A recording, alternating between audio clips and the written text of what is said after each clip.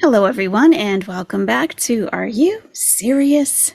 I'm an American woman who lived in the Middle East for a couple of years. I've been watching Chantal for a little over a year, I believe, and now that we have this new arc, I have been paying much closer attention, and unfortunately, I'm seeing a lot of negative stereotypes being reinforced, even perpetuated, and some just flat out inaccuracies coming out. So I'm here to try to correct some of those and to answer any questions you guys might have regarding the culture. I can absolutely do that for you. What I think I'll do, if you want to leave them in the comments below, I'll make a video answering some of your questions. All right, let's get into it. Before we review one of her videos today, I do have a couple of articles I wanted to just look at with you from Gulf News. The first one is from last August, but it still applies. Kuwait warns against taking photos of others without permission. And the penalty for that is 3 years in jail and 3,000 KWD, which is Kuwaiti dinar. So let's do the conversion.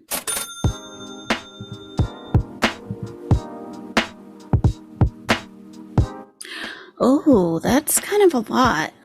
$13,462.29 Canadian. Yikes. Do you have that on hand, Chantal? In US dollars, that equates to $9,798.12. Yikes. All right, so let's read a little bit more about that. Okay, the Kuwaiti Anti-Cybercrime Department at the Ministry of Interior has warned the public against taking photos or filming others without their knowledge or permission. Officials stress that such an act could land an offender up to 3 years imprisonment or fine of 3,000 Kuwaiti dinar, for converted into Canadian dollars, $13,462.42. And both in some cases. The ministry said that anyone who deliberately abuses or defames others by photographing them without their consent and electronically distributing the photos or videos with the intention of attacking the individual is subject to punishment and penalties. Now, hopefully, Chantal, we don't have to get to this point with your channel. The Ministry of Interior also stated that filming a dead person at an accident site is punishable by law as it violates the dignity of people and sanctity of the dead. The Ministry of Interior recently summoned a person who filmed a video clip of a traffic accident that took place on the 3rd Ring Road and posted it on social media. Next up, we have some expats behaving badly. So just 3 days ago, we had 4 illegal expats arrested in Salmiya, where you went shopping in the souk? Yeah, right there. So March 20th, the Ministry of Interior continued its campaign against residence and work law violators, which resulted in arresting 4 expats of various nationalities violating residence and work law in Salmiya area. Barayas Salim. They are being referred to the competent authorities in order to take the necessary legal measures against them. And here they are. Hey, at least they'll blur you out. 40 expats arrested in Salmiya, Salwa, and Hawali, March 13th. Related articles. Now, I don't want to have to sign up for a subscription for Arab Times Online, so we can look at the headlines. Once I started clicking around, it wanted money. So 51 expats arrested for violating residence law, along with 2 beggars. Oh. So if you're along with 2 beggars, or is that including 2 beggars, because an expat might get kind of desperate. 20 residence violators arrested in Khaitan and Jalib al-Shuyuk. I don't know how to say that, but 20. Okay. Here's some ladies. Fake maid's office busted 5 expats arrested. Chantal, have you heard the story yet about the maid from the Philippines and what happened to her? And why hundreds of Filipinos have fled the country? Have you heard about that? Does Salah talk to you about that kind of stuff? Let me know. 28 expats arrested in Beria Salim, Salmiya. Okay, that's a lot of people. Looks like all men. There might be some women in there, though. 56 illegal expats arrested in Fajahil. Uh-oh. And Sabahia? A little too close to comfort. Security campaign in Hawali nets 9 violators. I don't know if that applies to you or not. Now let's watch the video Canadian Culture Shock in Kuwait. Now we talked about this a few videos ago, and let me see when this was uploaded, how long ago this happened. 3 months ago. So yikes. Okay, December 1st. And then she went back to Canada, and then she came back again. So let's see. I'm sure we were still in the honeymoon stage, but let's see if she's had any revelations. Hey guys, welcome back to another video. This feels weird because it's like a sit down and talk video, and I haven't made one of these in a little while, but I like doing them once in a while just to talk about certain subjects. So today's subject is going to be cultural differences. I get asked a lot to talk about cultural differences between here and Canada. And do you feel qualified to answer the questions is my question. Canada. If you're new here, I am Canadian. I'm from Ottawa, Ontario, born and raised in Canada, and I recently married a Syrian man, Salah. He is Syrian. He was born and raised in Kuwait. So I'm currently in Kuwait, and I get asked a lot, basically, if there's any kind of culture shock. So I'm sure you guys want to know my perception of the society, how I compare things with the Western world where I'm from, and what it's just been like for me on this journey so far. Sure. Honestly, there's not as much culture shock as I imagined because... Oh, so... I don't even know what to say. So you've been there, I don't know how long at this point, December 1st. Probably not that long, I'm guessing, and you probably really haven't been out and about too much, I'm thinking. And I think it's probably safe to say that you haven't been out by yourself doing anything or tried to get around by yourself or applied for work or anything. Just a guess. I did do some research before I came here. Oh, there you go. Google will fix everything, won't it? Perfect. Out of respect. I always want to be respectful. Out of respect? You did a Google search for respect? I don't understand a lot of Chantal's motivations. She says she's wearing hijab out of respect for Salah, which hijab has nothing to do with any mortal man on this earth, no matter if you're married to him or not. And you decided to research the culture by Googling around out of respect for the culture? Okay. All right. Respectful of different cultures and their customs. So if I ever travel anywhere, it's going to be important for me to respect these differences. For sure. Differences, especially cultural, are not bad. Mm-hmm. It's just that they're differences, and that's what they are. Right. So I try to embrace everything and try to understand everything that I can. We don't always... That's something that's going to make her very frustrated in time, because there are a lot of things that she may never understand. There are still things that I don't understand, but things that you just have to accept, that you're not going to get it, that you're not going to agree with it, that you're going to think some things are just stupid. Like, why do I have to do that? Like, you have to do that. And you can try it your own way for as long as you want, but things are going to be very challenging and difficult until you learn to accept. It's not about understanding all the time. always have to agree with things Mm-hmm. when things are different and we're not used to them, Right. or things we don't understand, but it's still important to respect them. Mm-hmm. So Agree. I'm going to talk about some things, some misconceptions I believed before coming here, some things that I found very different, and then some things that some information I got from the Kuwait visa website, which makes sense. It's where you can go and get an e-visa from a select list of countries. If your country's on there, you can apply online to get a tourist visa here. Kuwait is a lot more open to tourism than it was in the past, and compared to a lot of other Middle Eastern countries as well. But the information was on the website. What other Middle Eastern countries aren't open to tourism? Can you name one? Maybe she means Saudi Arabia. Yeah, not just anyone can walk into Saudi Arabia. That's right. But not just anyone can walk into Israel either, right? So which countries aren't open to tourism? Tourism is big bucks. That's how a lot of countries earn a great amount of their money. Probably to prepare travelers from different parts of the world as to what you can expect when it comes to different cultural customs here. So I'll just share some of this information with you if you are thinking of coming here, because this...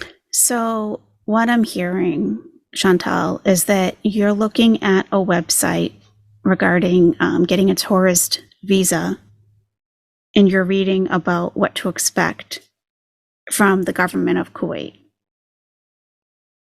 You're sitting in Kuwait as you film this. Your own experiences would be far more interesting to listen to than reading off of a government website. Okay. Place is beautiful, as you've seen from our vlogs. The beaches, everything, just... Stop lying. Stop lying. The lying doesn't... Sorry, I'll get you on a better... There we go. You don't have to lie. The lying is what causes people to question things and ultimately mistrust you, because we know that Kuwait isn't a beautiful country. It's desert. It's desert, and it has beaches and palm trees. But,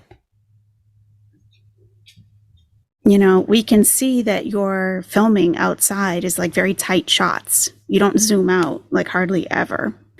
Like, I found pictures of places that you've been, for example, Dream Mall. And, you were filming like right above the door, the sign.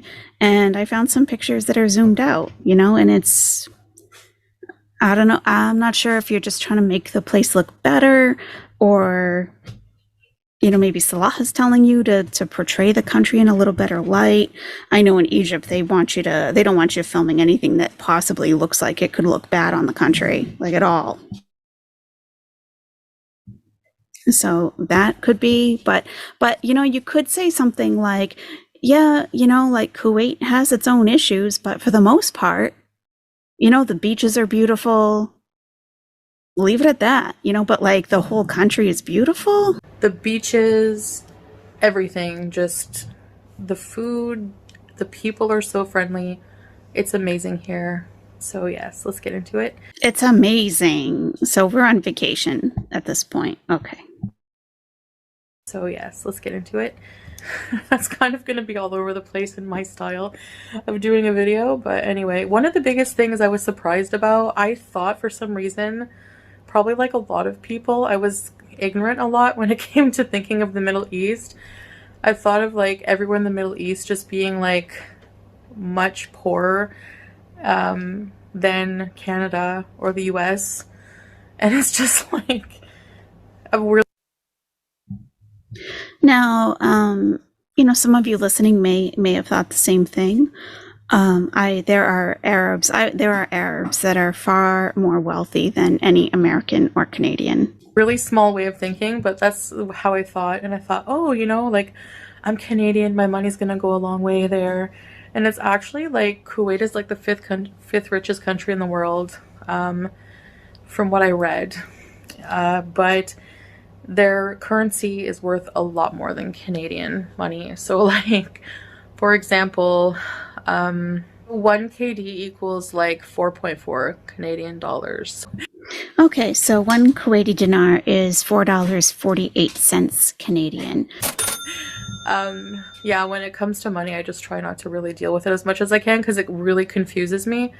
I'm going to recommend getting unconfused as quickly as possible, because you're going to find yourself spending a lot of money and not understanding where it went. You really have to sit down and do the math. Just pull up the website xe.com and use it. Put it on your phone whenever you're out. Convert it first before you buy something. You're going to run into a lot of trouble if you don't make yourself understand it. Yeah, no one expects you to convert it in your head, but you have to look it up. You can't just assume that you can't just stay in confusion. You're an adult. And my money's not worth much here, so it's better to like save as much as I can just for when I'm in Canada because it's just worth more there. Another thing I won't do here is drive. I've already talked about that in my live streams ad nauseum, so I'm not going to talk about that. But Well, all your live streams have been pretty much removed from the internet, so I don't have them to go back to refer to. Driving in the Middle East is entirely different. And coming back to the States, I have become a better driver in the US. I'm a much more defensive driver for sure. I'm much more careful. But again, you can't just say, what is she saying? She's not going to learn to drive or what? Another thing I won't do here is drive. You're putting a lot of limits on yourself that are really going to start to cave in on you. Saying you won't drive is, I can see now, because you've recorded this on December 1st and now it's March 26th, I can see why you're having a tough time now. If you're putting all these limits on yourself, I won't do this, I won't do that, I don't understand the money, I mean, yes, the driving for me, it was crazy. I've never seen anything like it, okay? And people that I went with to Egypt the first time, when I told them that I was starting to drive there, they lost their minds. Like, how? Yeah, I mean, the traffic laws, lanes, you can be on the highway and, next to you, like in the far right lane, can be a donkey pulling a cart and a family. So you got to watch out for donkeys on the highway. Yeah, it's a lot. But I wasn't going to restrict myself just because if my partner wasn't there to take me someplace, or if I wanted to go someplace by myself, I needed to drive. So I learned, and it was fine. But by the time I left, I was totally fine driving anywhere, pretty much. And like I said, when I got back, I mean, I don't take a green light for granted. I don't just see a green light and step on the gas. Nope. Nope, not anymore. Nope. I've already talked about that in my live streams ad nauseum, so I'm not going to talk about that. But I do not want to drive here. We'll just leave that up to Salah. So, all right, another thing. Yeah, just leaving things up to another person is such a big thing concerning your freedom, is learned helplessness. You're making yourself helpless. So, if you're complaining that you can't leave the apartment, you can't go anywhere, you can't do anything. I know you're not complaining on videos or on live streams, but if you're complaining in real life about that, you're imposing this on yourself. You're just going to let someone else take care of your traveling needs.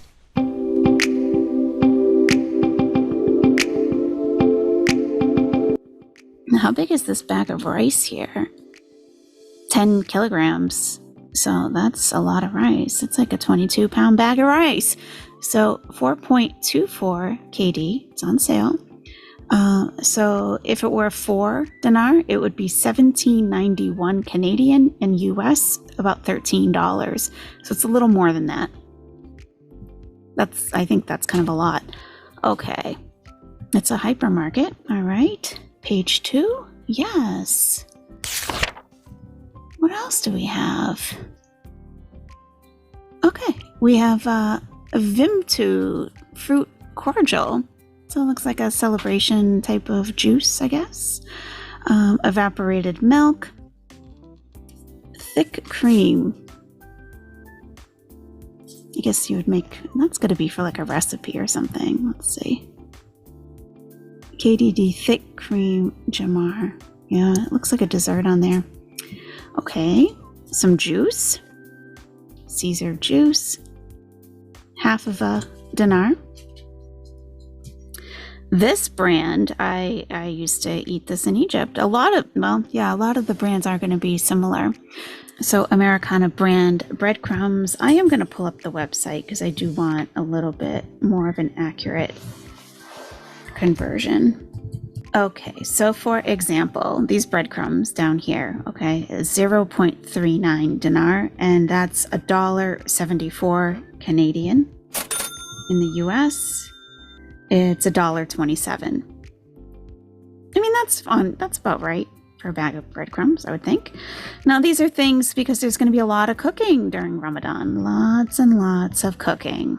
So these two right here are to make sambusak, and you may have seen these before in where I live. Yeah, well, that's funny. They call them samosa.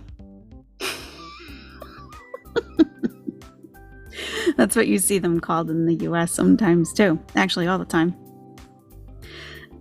Like in India, or there's in Indian cuisine, there's samosas. So these are to make your own. So I would assume this is very like similar to phyllo dough. I'm just laughing because in Egypt I said samosa, and my former partner was like, he died laughing, and he's like, it's a samosa. He's like, it's called sambusak. So now I call it sambusak, but it's so funny to see them say actually samosa. Okay, so spring rolls.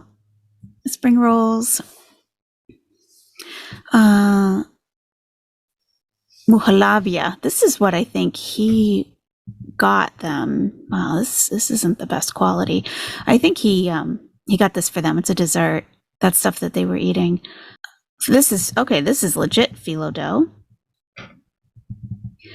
And they're saying this is to make konafa, which is correct. You would make konafa with phyllo dough. And I plan to do a video on desserts because they do have a lot of desserts going in and out of that apartment, regardless of her claim to not like sweets. So we'll do a whole Middle Eastern desserts video. I'm going to be very, very busy. But in the summer, it's unbearable, up to like 60. You haven't been there in the summer. So why are you speaking as if you're talking from experience? I think I heard like 63 degrees Celsius. You could fry an egg on the ground. And that's over 140 degrees Fahrenheit. Most people, the weather is not comfortable in the summer here, to where people tend to live inside the malls, inside their homes with air conditioning. There's AC everywhere, cars, jobs. It's just you wouldn't be able to. It would be like living in Canada in the winter months without a heater. It's very, very opposite that way. In Canada, a lot of the time it'll go down to like minus 30, 35 sometimes. Okay, so minus 30 is negative 22 degrees Fahrenheit? Really? Negative 35 in Celsius is negative 31 Fahrenheit. Are you sure, Chantal? Are you sure? You can't be outside for very long in that. You need to be in the heat. Here it's the reverse. It's so hot you need to be in the AC. And because of that, certain things are different. Like camping in the winter here. We don't camp in the winter in Canada. We camp in the summer. Things like corn, certain things that are in harvest, like corn is really big in the winter here, more at the end of summer in Canada. So I had to look it up because, I mean, this just sounds so improbable. Frostbite occurs at any temperature below negative 55 Celsius, which is 31 degrees Fahrenheit. Oh, below 0.55. Maybe that's what she meant, 0.55. So let's see, negative 0.35. Okay, that's probably what she meant. 31 degrees Fahrenheit. Okay, that's not really that cold.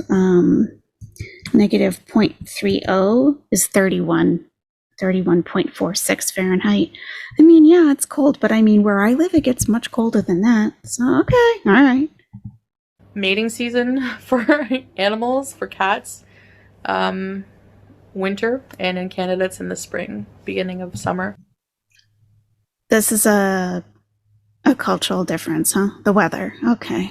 Cats are mating in the streets at a slightly different time. I mean, it's off by a couple of months. Okay. This affects you how? Okay. So just like little differences like that, I find very interesting. I will say, and again, this information, I say this with utmost respect to Kuwaiti, Arab culture in general. It's very different. It's very different with values. It's at least Kuwait, very conservative values, very conservative country. It's an Islamic country. 75% of people are Muslim. However, there are different religions here, and that remaining 25% of people are allowed to practice freely. You have seen in the grocery stores the Santa Claus, the Bath and Body Works had Christmas things. So they do have they have respect for people who want to practice different religions, though mostly they practice in their homes or things like that. It's predominantly Muslim. So because it's an Islamic country, they practice Ramadan here. They take it very seriously.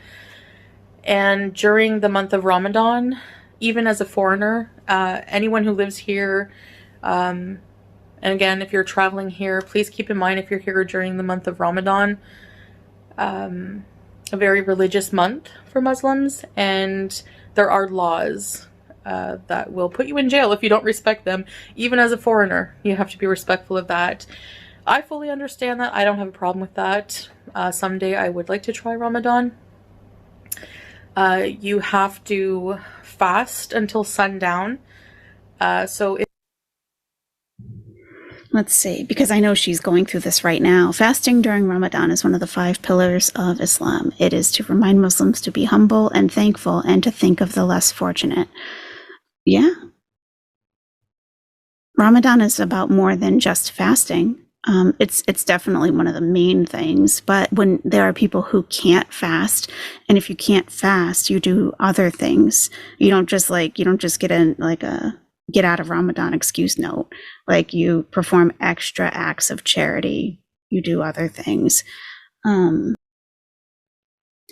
So in Kuwait, I'm finding out that during Ramadan, like, international hotels, in case you do have tourists there, or you have, like, people who aren't Muslim that want to go out to lunch, you can still go out to lunch, but it's going to be pretty much like closed off.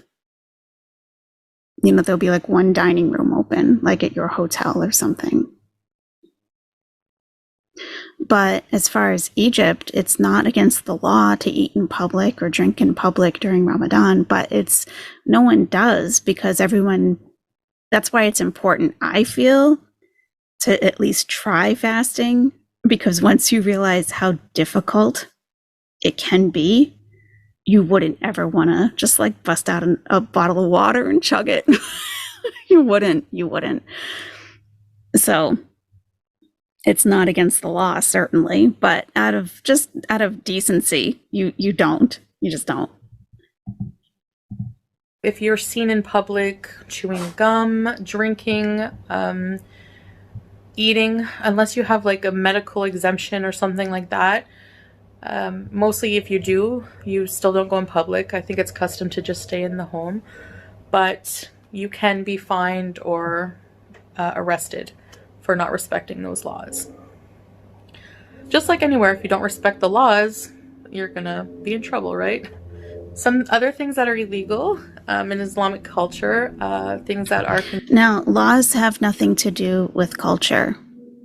And Islam, I guess you could consider some of the practices to be cultural, but I wouldn't consider Islam to be a culture, because it's practiced slightly differently in different countries. It's the Middle East and North Africa is a culture. Generally, it's a culture. Arab is a culture for sure. So laws don't apply to culture. Maybe she means in Kuwait. considered haram, such anti-Muslim. So Haram means forbidden. Forbidden. I think word choice is especially important. She needs to understand what the translations are, because anti-Muslim sounds like Islamophobia or some kind of like hate crime. Something haram only applies to Muslims. Only. It is haram to eat pork. Pork is haram. You can't eat pork. Pork isn't anti-Muslim. That pig over there isn't anti-Muslim. I think the word choice really needs to be a little more careful. And she probably has, hopefully, learned a little bit more since the recording of this. things like pork products, alcohol, marijuana, drugs, anything like that. It's also haram for Muslims to have dogs as pets in their home. So I know that you guys, a lot of you in the Western world. So I'm already hearing the us versus them in her speech. A lot of you in the Western world. So she's excusing herself from that now. Now she's different. Okay. You people in the Western world. Yeah, I know you people over there in the Western world really like your pets. But us over here, the us and them is not going to endear you to anybody. And we can talk about dogs all day. I'm not sure how much I want to tell you about my personal life, Chantal, because I know that you have really gone in on people's personal life, and I don't want you anywhere near my personal life. You open up your personal life to all of the entire World Wide Web. And I haven't done that. So I'm not going to share too much of my personal life, although some things I could share would be very pertinent to certain conversations. But let's hear more about what you've learned about dogs. Really love pets. I have cats. I love my cats. But having cats in the home is fine. It's not usual. Just pets in general. It's not usual to, like, where have you been? Like, how many people's homes have you been to? And how many of those people had pets? I mean, I can tell you don't get out much while you're there. It sounds like you're listening to Salah and what his experience has been there, And I can tell you that people who don't have a lot of expendable income, people who, might struggle a little bit financially, they don't have pets, which is smart. You shouldn't have pets if you can't afford to have them. So, if he tends to, have friends that are, that don't have pets, maybe that's the situation. Some people just don't have time for pets, Yeah, but I don't know. I've known a lot of people with pets in Egypt, dogs, cats. I can't say I've seen any hamsters though. General, in a lot of parts of the world it's like that, but the Western world, we love our pets, but here, dogs, if they're useful, like hound dogs, for hunting, police work, gathering sheep, things like that, that's permitted, but to have a dog in the home, is haram. So okay, Chantal, I believe that Salah told you this. Is Salah afraid of dogs? This is a very, very common thought. A very common thought. And some Muslims do believe that. Chantal, you are living in a country that basically follows the principles of the Maliki Madhab, which has a different ruling on dogs. A different ruling. You might also want to read, because you are reading a couple of pages of the Quran every day, and mashallah for doing that. Basically just blessings for her that come from God, that she feels inspired to do so. That's what that means. I would suggest reading Surah Al-Kahf, which is the cave, and it talks a lot about dogs in that surah, and a surah is a chapter. So what I said before, the Maliki Madhab, You can ask Salah about that. I don't think Syrians follow that. Maybe that's the issue. So parts of Egypt follow the Maliki madhab, West Africa, Chad, Sudan, Kuwait, Bahrain, Qatar, Emirate of Dubai, the UAE, and northeastern parts of Saudi Arabia. So let me just do a quick search. What madhab does Syria follow? Hanafi and Shafi madhabs. That's okay, so that's different. So I believe that she is gaining knowledge from Salah and not so much her own knowledge. Now, Islam requires all of us to seek knowledge, to seek our own independent study and knowledge. That is required of you now, Chantal. You can't just take someone's word for it when they tell you that dogs are haram in the house. You should not just accept that, no matter how you feel about dogs or not. Ask Salah, because I don't know who else you could be talking to about this. Ask Salah to show you in the Quran where it says that. If it's in the Sunnah, ask him to show you. And for everyone, the Sunnah is basically, it's a collection of basically how the Prophet Muhammad, peace be upon him, how he lived his life. The Quran is the holy teachings. The Sunnah is how the Prophet actually lived his life. So ask Salah to show you where that is. So a madhab, and this is like way more than the average person will ever know. So thanks for listening. A madhab is essentially just a school of thought. This is just, and I'm just going to Wikipedia because I want to keep it as simple and straightforward as possible. A madhab, way to act, a school of thought within fiqh, and fiqh is Islamic jurisprudence, basically like a school of law. Yeah, a school of law.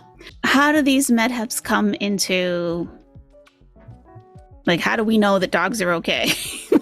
How does that happen, right? Now, let me say that anything that I get wrong is on me, okay? I am not perfect. Oh, I'm hitting my mic. I'm not perfect in any way. There's not one category in life that I am perfect at, and religion is one of them. So if I get something wrong, that's all on me. And I'll apologize in advance if I'm going to do my very best to not get it wrong. Okay, so this is kind of a cool map. Now, these are schools of thought. So Islam is Islam. But when it comes to like day-to-day living, there are different schools of thought around that. Okay. So basically there's always been the Quran and people who read the Quran. And then there were sheikhs that had their interpretation of just day-to-day things. So you can see that primarily Northern Africa is Maliki. She's over in this tiny little country over here. This is Kuwait right here. So it's mostly Maliki. What's that orange one? Jafari, Shia. Oh, okay. Okay. But I am trying to give some background to Chantal as to why this is not true. Now, for Salah, this might follow what he believes, that dogs are haram, and you're married to him, and I'm sure you're going to follow the same madhab that he does. So, but still, you can't take his word for it. You have to do your own research. So, Maliki is Imam Malik, and this was centuries ago. He had a ruling about dogs, and all of these countries follow the rulings of Imam Malik, that dogs are fine. In a nutshell, dogs are fine. They shouldn't be on your prayer rug. They shouldn't be taking a nap on your prayer rug. They shouldn't be drooling on you while you pray. After you wash yourself before the prayer, the wudu, you don't want to go over and have your dog lick your hand. You want to stay clean from the time that you do wudu to praying and finishing your prayer. So the dog shouldn't be close by when you're praying, like coming up on you and, rubbing up against you. You wouldn't want that anyway, clean or unclean or whatever, right? So Imam Malik had had some different ways of thinking that are more, to me, pertinent to how we live our lives today. You'll see this dark green Hanbali. This is a different madhab. This is a different imam who has different rulings. And from Hanbali, this is probably the strictest. The strictest. And, you know, this is something just, it's worthy to look at for a moment. According to Islam, animals are conscious of God. According to the Quran, they praise him, even if this praise is not expressed in human language. Baiting animals for entertainment or gambling is prohibited. It is forbidden to kill any animal except for food or to prevent it from harming people. The Quran explicitly allows the consumption of the meat of certain halal, which just means lawful, not anti-Muslim, pro-Muslim, just lawful animals. Although some Sufis have practiced vegetarianism, Sufism is just, it's a little bit of a different way of practicing Islam. Certain animals can be eaten under the condition that they are slaughtered in a specified way, which makes them halal. Yeah, so, you know, we're not going to eat monkeys, that kind of stuff. Preventing cruelty and maltreatment to animals, avoiding punishment of animals. Exposure to sound is also regulated. Providing food. Muslims are obliged to provide food and water for any animal they see, even if the animal does not belong to them. Providing sanitation, animals' health must be respected, along with food, water, and shelter. Providing medication. In the event of illness, Muslims are expected to pay for the care and medication. So this is just Wikipedia, okay? This, and the reason I'm using Wikipedia and not verses from the Quran is that this is going to be in language that everybody can understand. There's nothing open for interpretation. This is just very simply written. Yeah, Companions of the Cave. This is what I suggested. Chantal, you might want to read. A group of saintly young men presented in the Quran as exemplars of religion, sleeping with their dog, stretching out its forelegs at the threshold. Further on in verse 22, the dog is always counted as one of their numbers, no matter how they are numbered. In Muslim folklore, affectionate legends have grown around the loyal and protective qualities of this dog, whose name in legend is Kimir. So, you know, you can't kill ants. There's a whole chapter in the Quran named the ants. As a result, the killing of ants in Sunni Islam is prohibited.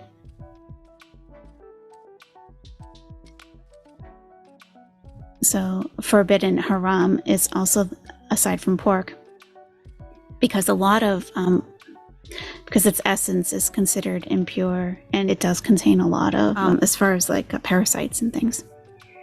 The meat of domesticated donkeys, mules, and any predatory animal with canine teeth, and birds with talons, you cannot eat. So you can see, just from this very short, Chantal, if you're having trouble with the Quran, you can just read Wikipedia. I don't, really, whatever it takes. But you can see here that Islam holds animals in very high regard. You have to take care of all animals. And in Maliki madhab, there is no problem with having dogs. So let's continue. That is why you see them in the zoo with other animals. On the other hand, No. Okay, so I was watching a video about an expat who's in Kuwait, and she and her friends went to the Kuwaiti zoo, and she was depressed for the rest of the day because of how sad it was to see those animals and the conditions that they were living in. Dogs don't belong in zoos. I don't know if you're trying to brainwash yourself, but Pomeranians in a zoo? Really? I mean, at some point, you got to wake up, right? Didn't that disturb you a little bit? I mean, we know you don't really like animals that much. You claim to, but. on the other hand, that's very different from where I come from. But But you don't realize it until you realize Canada's very secular, which means that there's no government mixing with religion to govern the country. Well, like in places such as Canada and the United States, where there are so many religions, that's the way to go, in my opinion. Like, why force your religion on a whole group of people? There are too many different religions. You have to, the law needs to be from the government, not from a church, a mosque. It needs to be people of all religions contributing to it. I will say it's a lot more peaceful here in a lot of ways. I think that my personal belief is because of these laws in place, the big conservative placement of value, respect. I think a lot of the reasons that alcohol and drugs and things like that are haram is because it's damaging to the mind and body and to the spirit. And if you're religious, you value God and you value yourself, you won't want to hurt yourself with substances. And that has been really or food, just saying, meaningful in my journey to recovery as an addict, which I do still struggle with, just mostly with food here and there. But when I was back at home and substances are readily available, you can overindulge on everything over there. And it's a different vibe. Like, again, I've heard people say it's there's so many like big malls and things, so it's like flashy like Vegas, but minus the debauchery. And I have to agree with that. You don't see people falling over drunk here. I don't know, what it's like where Chantal lives in Canada, but I don't see people falling down drunk where I live, like, ever. Ever. Throwing up on the street, making jerks of themselves, and it's you just don't see it here. And it's a very peaceful vibe. You hear the prayer on the street, people just respecting everything, and I don't know, I find it very peaceful here in a way that I guess unless you live it, you might not really understand it.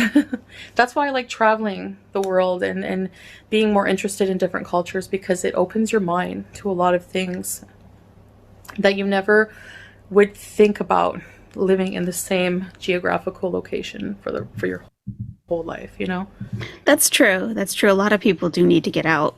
They really do. A lot of people, but most won't. Most will not.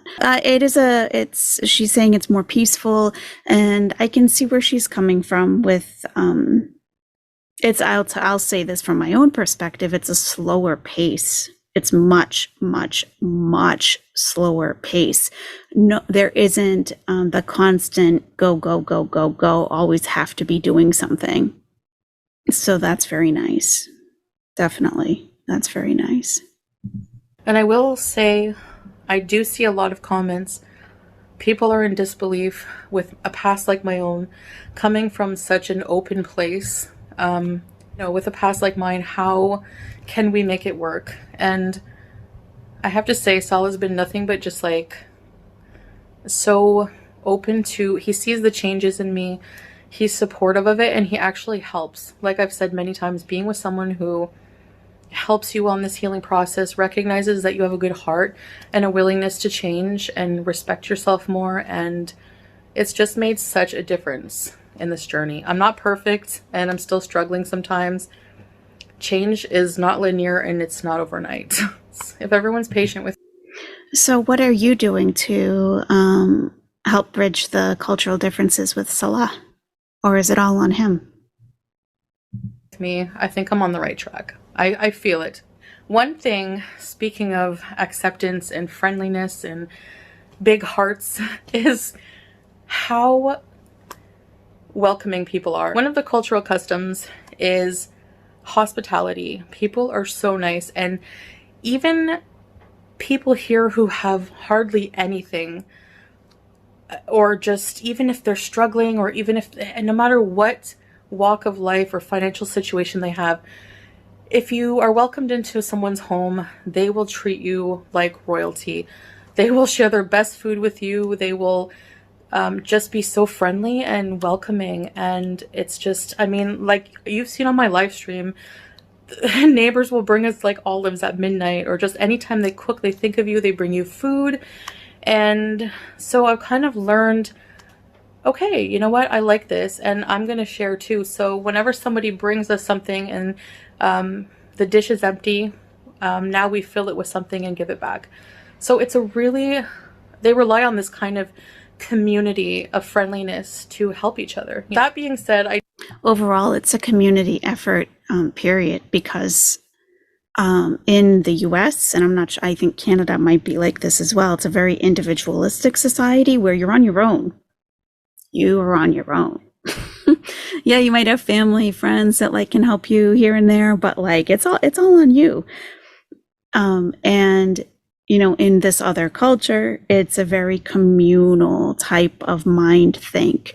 So when one person is suffering, the whole family is suffering. Like everyone's going through it with you. The other thing where she's saying, you know, the people with the least will share the most. I just know this from, you know, my own experience, not from the Middle East, but when you're a person, if you've struggled in life, if you've truly struggled, you know how that feels. You know what it's like to be food insecure or not being able to pay your rent, or, you know, like once you really know how that feels, and maybe you had someone help you out and it like saved you, and you want to do that for others when you can. So I feel people that don't have much, they know how it feels not to have anything. So they're willing to offer, because if they, you know, they might have like, let's just say they have a table, you know, like one of Chantal's like the food that she orders, like those big, you know, plates of things, like someone might have that and it's the most food that they've had all week. So to them, this is like a surplus. Like, here, take some, have a bowl of it. And someone who eats like that on a regular basis might say, oh, really? Like, you know, you should just eat it. Like, it's okay. Like, you know, it's just a different perspective. I did learn that it's custom. If somebody offers you something in their home, try not to turn it down, because usually they're offering you something they're proud of making or something. Like we went to someone's home and they offered, I wasn't hungry and I was kind of full because they made us like some food and we just had dinner, but they offered me like on top of that like a fresh banana smoothie, and I was like, with some fresh bananas they just got, and I said no. No thank you. And they kind of looked at me like, you know, like didn't really understand, and then they offered me again later, so I did say yes that time and it was delicious. But also, so that's the I so that doesn't mean say yes all the time, or say yes like as long as you're being offered, say yes. No, that's not what that means. It's always hospitable to offer something, and it's also gracious to say no the first time. You know, like if I'm visiting with, you know, like a relative there that maybe it's the first time I'm at their house, and they say, oh, come on in, do you want, you know, like, here, can I get you this? I'll be like, oh, no, I'm fine, really. And they'll be like, really? And I'll be like, yeah, really, I'm fine.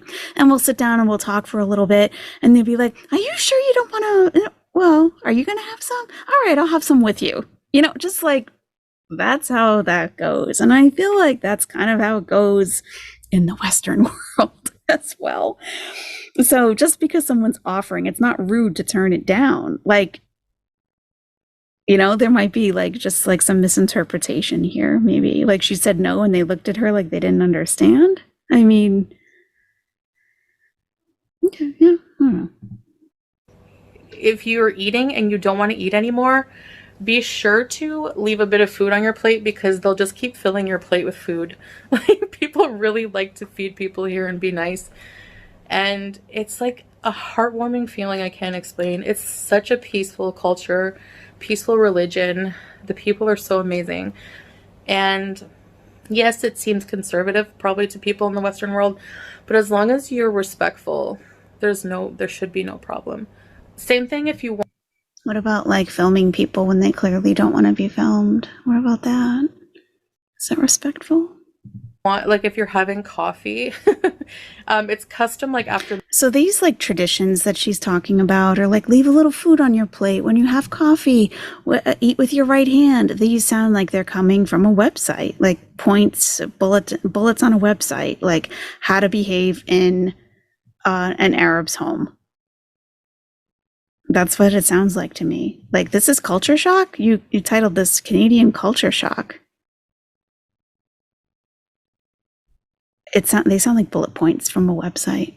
One thing I see a lot is talk about the differences between men and women. So even on the website, the visa website, it does say Kuwait, like a lot of Islamic countries, are predominantly patriarchal, meaning they're male dominated.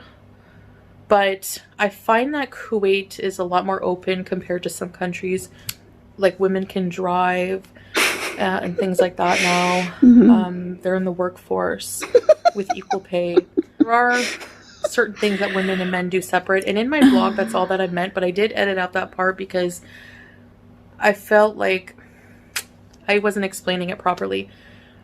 First of all, men and women, it's custom that they socialize separately, usually, especially in public. In the home, it's different. In the home, you can do whatever you want. You can dress however you want. You know, you're married, you're together, it's your private home. But in public, there's certain customs. And in my video, I just meant we were just doing things separately. Actually, the women can smoke shisha if they want to. It's a personal choice. What I'm wearing is a personal choice. Women, I would say there are women, mostly from other cultures. There's a large Indian and Filipino population here. A lot of them don't cover because they're not Arab or they're not Muslim. And the ones who are, though, I usually see them always in hijab, and a lot of women I've seen in niqab as well. So back to the men. So niqab is when the veil like comes over the bridge of the nose and connects. So only the eyes would be showing. That's niqab. And women doing separate things. There's actually a custom called Diawania. I had to practice that a few times, so that's maybe why there's a jump cut there. I don't know what it is. Diawania is gathering of men at where they socialize, at cafes. Diawania takes place in the home. Shisha together, have drinks, non-alcoholic, and just socialize together. Again, so is it like boys' night? Is that what Diawania means? What? I've never heard of this. My former partner would be like, I'm going out to the cafe. Okay, have fun. See you later. It's very conservative that way, which is why we also deleted some things that, I'm learning. So if I do something that's a little bit out of the norm or a little questionable, it's just out of ignorance or just forgetting or not aware at all. I mean, you can prepare and research all you want, but experience is the biggest teacher, right? So yeah, that's true. Or reading websites, reading bullet point lists of like how to behave in a person's home or how to, like what this is, what that is. That's very high level. You really have to get out. And it sounds like she has been out a little bit. But I can't see that culture shock has really hit her yet. She hasn't said anything that's really all that like, oh my God, like that she didn't know how to deal with or something upsetting. So I feel like I got clickbaited. I do. All we heard is how nice everyone is and they just want to feed you and the men meet together and like, okay, don't say no to banana smoothies. Culture shock is like really... I mean, I could tell some stories. I will. So I do edit things out of respect or just to avoid problems in the future. But that's good. And if Salah is telling her to edit some things out, she should probably listen to him. I was actually filming a reaction video for this channel and it was someone from the UK interviewing expats who were in Kuwait. And I started to speak on something that I realized that I was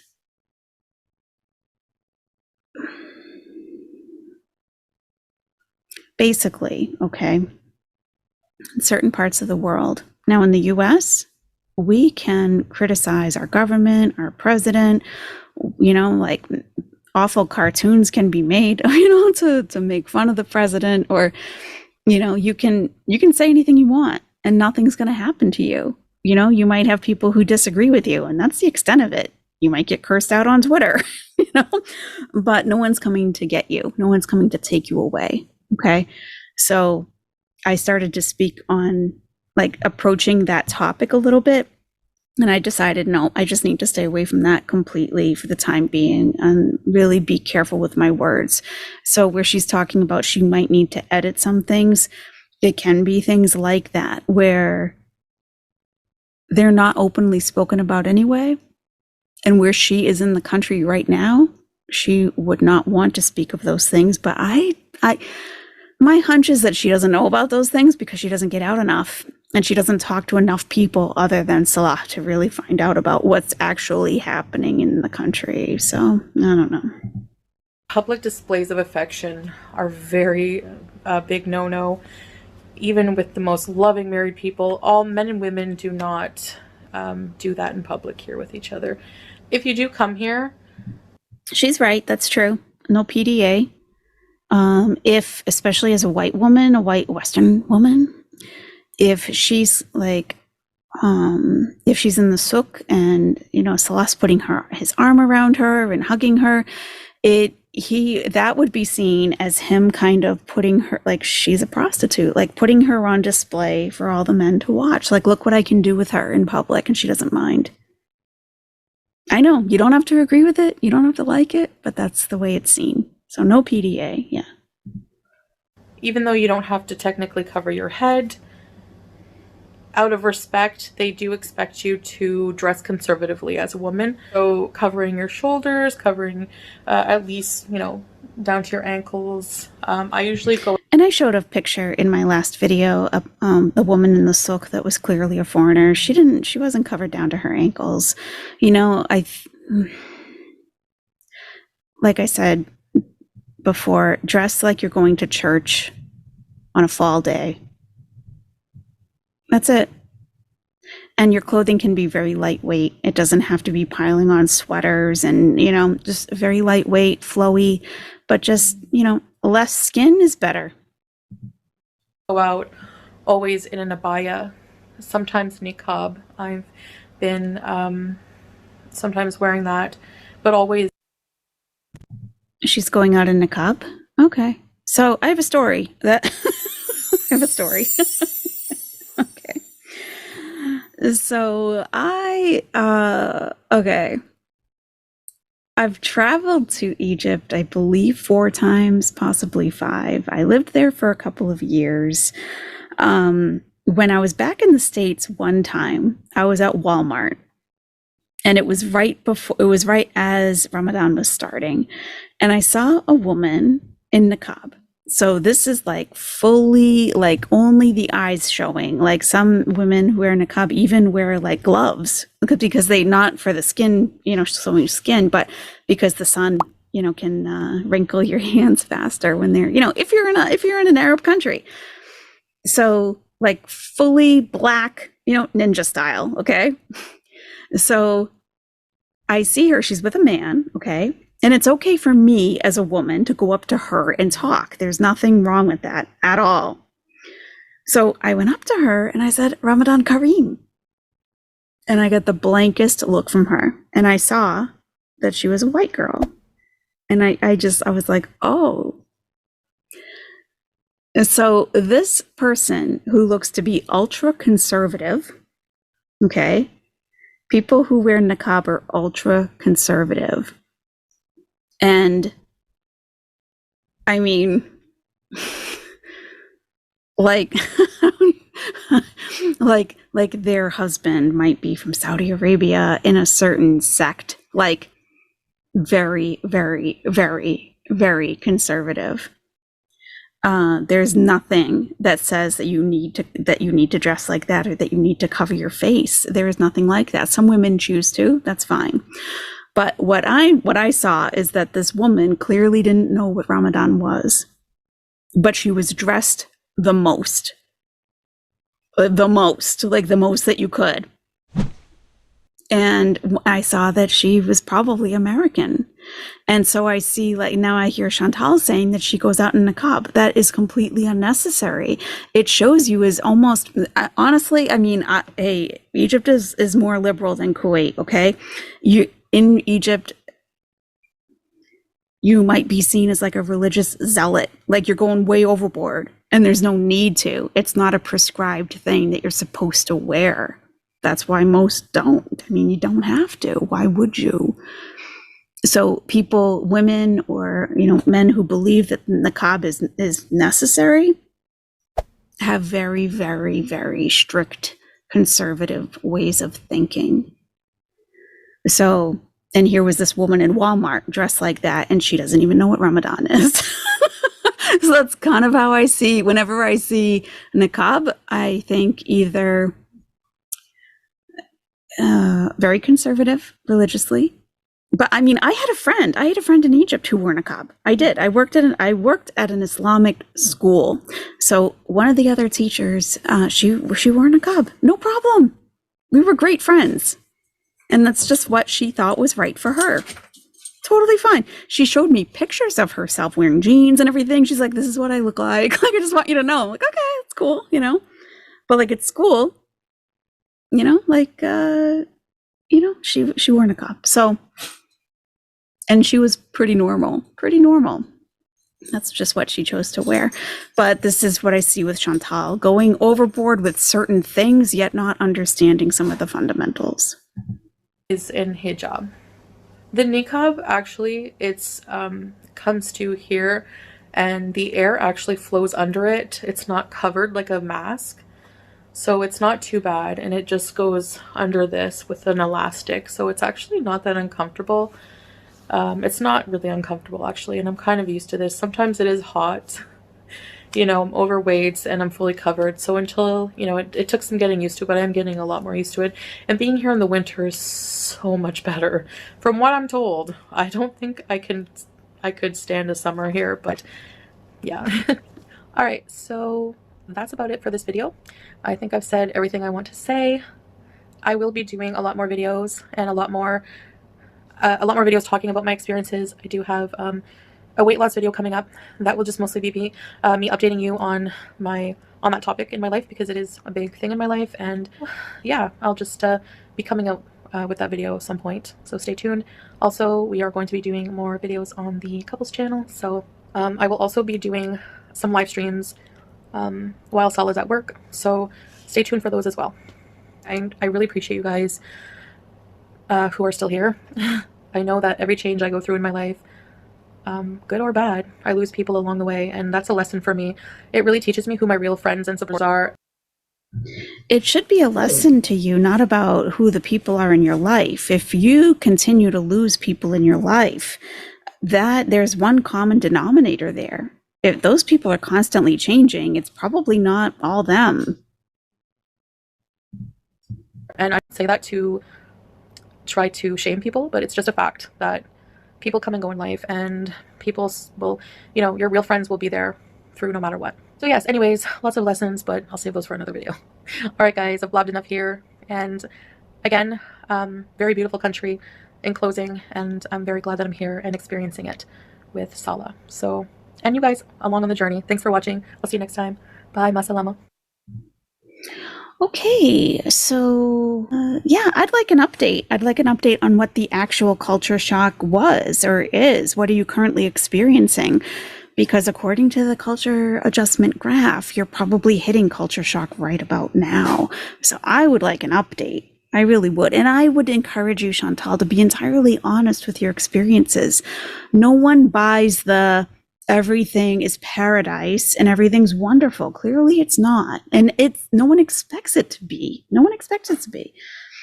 I would also say and this is entirely unsolicited, but just because you ran out of your medication doesn't mean that you can't go get it at a pharmacy in Kuwait. You may not even need a prescription for it, even if it's a traditionally prescription medication.